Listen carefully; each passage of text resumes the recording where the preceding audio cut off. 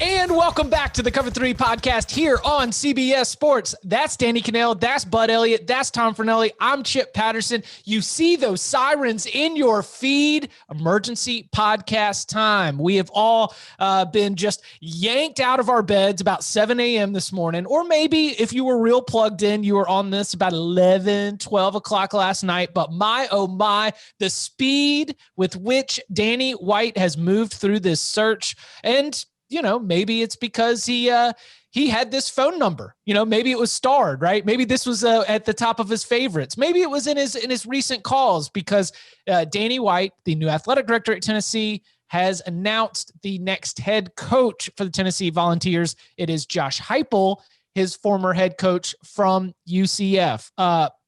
A lot of ways to break this down, but I know you've been reaching out to. I know you've got a relationship with Josh Heupel. You've been reaching out to some of your UCF sources as well. I guess Danny, you always love to have the reaction to the Vol Twitter and sort of the fan base in general. As you're taking the pulse of all the Vols for Lifes out there. Do you think that they are having a positive reaction after hearing a James Franklin, a PJ Fleck, a lot of Power 5 sitting head coaches potentially in the mix? Are you sensing a positive reaction from Tennessee fans out there? No, absolutely not. And it should be the least surprising thing out there. You guys know I have my radio show. We take callers. And there was one caller that was like, I'm trying to keep an open mind about it, but I keep having, and this is a Tennessee fan and just perfectly encapsulate him, but I'm tired of I already am getting UCF fans who are making fun of us because we want to get rid of them anyway. And I'm like, why do you care? Like, of course they're not going to say, man, this hurts. Like, yes, they're going to want Josh Heupel out. Of course they're going to say that now, but I get it. It's just, It doesn't surprise me at all. It's not going to be received like just yay, but I think I don't know. All these coaches hires, I would say Sark, I was probably the most excited about, but even that one, like, I'm not willing to just say, I would say Danny White is probably the biggest hire that I've been, pumped up about and could get behind out of any coaching hire move that's been made in this offseason. So I'm kind of like, I think it's a good hire. I think he'll bring an offense there that could be fun. And I think the game is shifting. I think that fits that mindset. But I don't, I think it'll be interesting to see. Like, let's wait and see what happens. But if I was a Tennessee fan, I would try to get them to support their new hire. In the last show, we talked about what Danny White would want to do. And that would be to find somebody who could keep fan and booster interest through the coming years, which will probably be pretty tough, to lead them both, through and after these tough times. And if you found that right guy, you convince him to come by giving him a contract like the Baylor contract for Matt Rule or the Michigan State contract for Mel Tucker, 7 years guaranteed, plus, escalators that basically, if you get hit with sanctions, your contract is guaranteed, plus the number of years of those sanctions. But we said that if you think you can find the right guy. And I don't think they did. Right, personally, to find that guy to give a mega contract to. Now, I've not seen the Josh Heupel contract here, but I'm going to be very interested in what the buyout is for Heupel at Tennessee. Danny White is known as somebody who puts big-time buyouts on all of his coaches and had one himself, right? He backs it up with, he puts his money where his mouth is. But to me, Josh Heupel, at the minimum, I'm okay with the hire for this reason. You can do what Arkansas did this year, which is basically run the Art Briles offense. You won't have a great defense, probably because of the talent they're going to have and the attrition that they're going to suffer. Fans like offense. They'll stay interested in the program at least until the new coach smell wears off. Hopefully by that time, you can figure out where you are with the sanctions and scholarship losses if those do come. And that's why I'm interested in the buyout. Are they going to put such a huge Danny White signature style buyout on him that makes it tough for them to move on in 3 or 4 years? Or do you think this is just more of a Band-Aid hire? Because I kind of wonder, like, this could be both successful and a potential Band-Aid you could rip off with minimal, buyout type damage. Yeah, I think it's one of those situations where I think there are reasons to be optimistic about the hire, and I think there are reasons to be pessimistic about the hire if you're a Tennessee fan, and I think they're all pretty reasonable stances to take depending on how you want to look, because if you want to be optimistic, you point to the fact that Danny White has done an excellent job of hiring coaches at every place he's been. And there's the familiarity with Heupel from hiring him at UCF.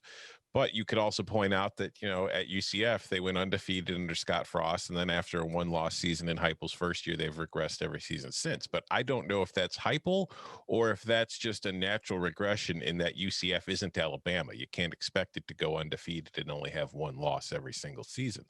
I think, like Bud, you just mentioned, your offense is going to be good. And I feel like I can't help but believe had Josh Heupel been the coach at Tennessee this year, Jarrett Guarantano would have had a much better season than he did under Jeremy Pruitt, because I just think that he's proven he could take quarterbacks who might not be four-star, 5-star elite kind of talent, maybe mid 3-star level players, and he's able to get production out of them in his offense. So I think at the very least, you're looking at that. I think that you do need to find a good defensive coordinator. And I always, when it comes to like group of 5 teams, maybe UCF is different because it recruited at a different level than the rest of the AAC. Like until this year, it pretty much had been like the number 1 or number 2 class in the conference the last few years.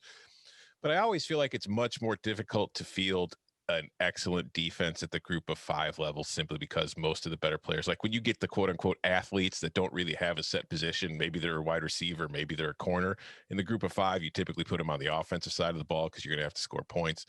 So I don't know if I want to really hold that against him at UCF, but you do see a lot with the style of offenses that they run. The defense is, I don't know if you guys heard that, the defense is kind of, suffer for the offensive part in that kind of offense. So I think you're going to have to make a solid defensive hire to keep that side of the ball going. But it's one of those situations where I'm not knocked out by it, but I think it's a solid hire. And I think that maybe Danny White went and swung for the fences with James Franklin, and obviously that didn't happen. And I think it's unfortunate if he did, that if that happened, the news kind of leaked out in some areas, because that does get Tennessee fans sitting there thinking, ooh, we're going to get James Franklin. And I think Josh Heupel is a perfectly good hire. So Danny, or excuse me, Tom, one thing we do know is that defensive recruiting rankings correlate much more strongly with defensive performance than offenses do, right? You can coach your way, especially in college football, around average offensive talent if you are a creative schemer, if you're willing to take advantage of the rules and the hash marks and whatnot. Defensively, it's height, weight, speed, and hustle, man. Mm-hmm. And like, you either got dudes who can run or you can't. It's harder to trick people on defense. So you're exactly right about that. I look at this as a high floor hire. Is that fair? Like, I don't think that, I don't think that there's going to be a bottoming out. I think Josh Heupel has been good enough, but I also think that there's a limited ceiling. I don't think that Josh Heupel immediately is going to be the coach that I feel confident is, number one, going to be able to pitch any of those players that are going to leave, that are like, hey, I know you're in the transfer portal, but stick around because we can be a quick fix. It's not going to be a home run that's going to be able to woo Henry Toto back to be able to come play. He's like, no, I only have 1 year of eligibility. Then I'm off to the NFL. Not 1 year of eligibility, 1 year. Then I'm NFL draft eligible. I'd like to go spend it at a team that's not going to be sorry. Like those players that are leaving because they don't want to be around for what's going to be a little bit of a rebuild, like that. Josh Heupel is a long term. He's a bring stability. He's a be a little bit of a Band-Aid. I think he's high floor. I offer him respect based on what he's been able to do UCF. But there's one thing that stands out, and it popped up when I was doing my research for the bowl game against BYU, which, by the way, not a great last game for Josh Heupel. BYU kind of won that game very handily, especially for the UCF defensive side. Now, there was a ton of opt-outs for UCF all year. I'm willing to be able to grant that. UCF is 2-7 in one-score games. Is that bad luck, or is that something that is reflecting poorly on a coach who, when he goes into a contest, is either able to overwhelm you with his offense, but if it does get a little bit back and forth, if the opponent is going to be able to limit you, then maybe isn't real great with game management, crunch time situations. And in those, you've got 2 of them to Cincinnati by a combined 6 points, 2 of them to Tulsa by a combined 11 points in those 7 losses in one-score games. It was a weird stat that hung out there for me with Josh Heupel. And I don't want to make this the crux of my entire argument on whether it is a good or bad hire. I think it's a fine hire. I think it's a high floor hire. But what what is Josh Heupel as a game planner, as a game manager, as somebody who's going to be able to flip that narrative around at Tennessee? I can't sit here and say I paid super close attention to this. So this is anecdotal more than anything, but watching UCF and seeing those losses, not all of them, but a few of them, I can't sit here and say that those one score losses, like the ones I saw against Cincinnati or the ones I saw against Tulsa, I can't sit here and be like, oh, that was game management. I think it was just they played close games and lost. It's such a small sample set. I really am just not willing to go there and say he's a bad coach in one score games. I mean, you've seen coaches who have had wild swings in single score games. I mean, there was a stretch where, Jimbo at Florida State, back when I was running, Florida State site, they were amazing in one score games for like 2 years. And the next 2 years, they were terrible in one score games. And I was saying the whole time, this isn't sustainable. And then on the other hand, this isn't sustainable either. I really think that you show skill by blowing people out. You show skill by hanging tough with teams that are much better than you. I really think close score games are kind of coin flippy. I mean, there are factors, coaching, kicker, quarterback, that probably have outsized effects in those close games. But for the most part, I don't think there's that much skill in winning them, because nobody shows, like, if you look at a coach's winning percentage and you look at a coach's winning percentage of close score games, there's really nobody out there who's that good at doing that above and beyond what they normally do, with the exception of Pat Fitzgerald. Somehow. Yeah, and I feel like that's because Pat Fitzgerald designs his team to win by one score. Yeah, right. So yeah, Like, there are some games goal. that Northwestern should probably blow their opponent out that they purposely played down, which I think inflates their. Yeah. On my old podcast Ain't Played Nobody, which is no longer around, we had this theory: you can't be bad and boring, right? And I think Tennessee might be bad for a couple of years, but I don't think it'll be boring. They're going to run, kind of the Art Briles style offense here that Heupel runs, where you're putting the receivers out, spitting on the sidelines, width. And I think that they will keep fan interest just from chucking the ball over the yard and being wild. Which, by the way, man, what a change for the SEC. Mm-hmm. Think about all the air raid tree coaches who are now in the SEC. Mike Leach, Kiffin's not totally air raid tree, but he certainly has some of that, Briles, influence on him there.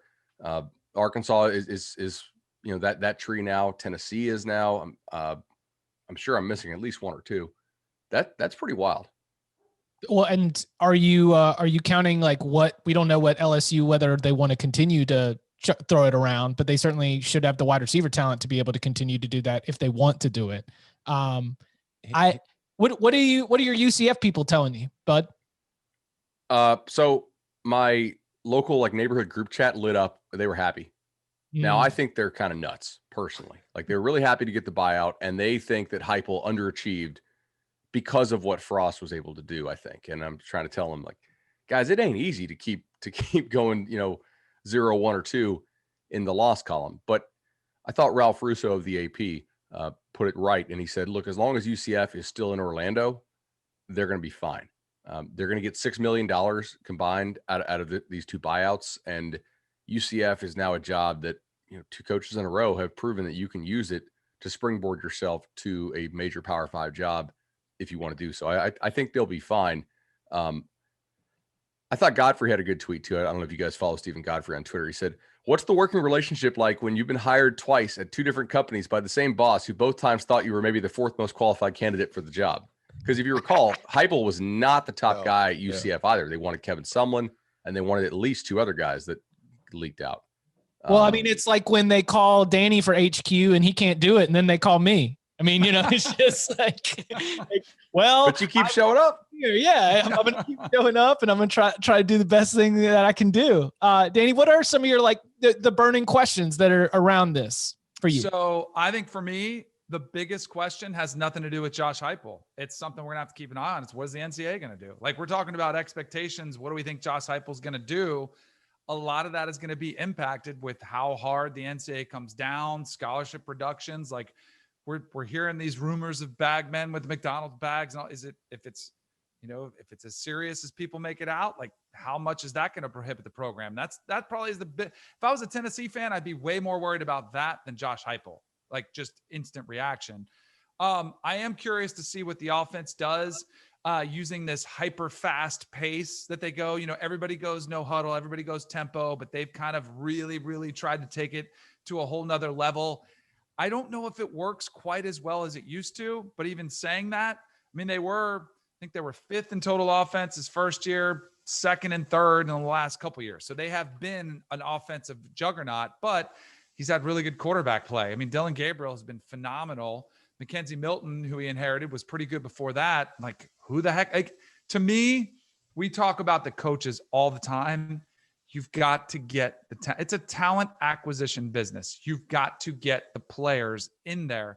And Coca actually sent us something pretty interesting about UCF's recruiting rankings just within the American Conference under Josh Heupel. So they were first in 2017, second in 2018, first in 2019, 7th in 2020, 4th in 2021. So they're solid, but this is all in Tennessee this past year of Jeremy Pruitt. Of course, they're handing bags of cash. They better be doing pretty well, but they've got to be able to compete with Georgia and Florida and all the other teams in not only the East, but in the West to even think about coming back. But I would say this is going to take a while. And I totally agree with Bud. Like, I think it'll be entertaining. I think they'll put out a product on the field, but I think it's going to be a lot of people making fun of Tennessee with the dumpster fire meme, like, the garbage can rolling down the street in the rain and the storm early.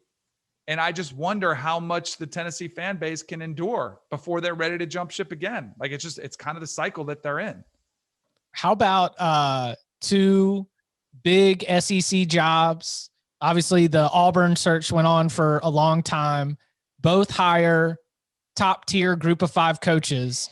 And both of those group of 5 coaches, shout out to David Cobb for pointing this out, both those group of 5 coaches inherited a situation that was really good. Now, granted, both those group of 5 coaches, I'm talking about Brian Harsin and Josh Heupel, did end up winning more than 75% of their games. Brian Harsin, larger sample size than Josh Heupel.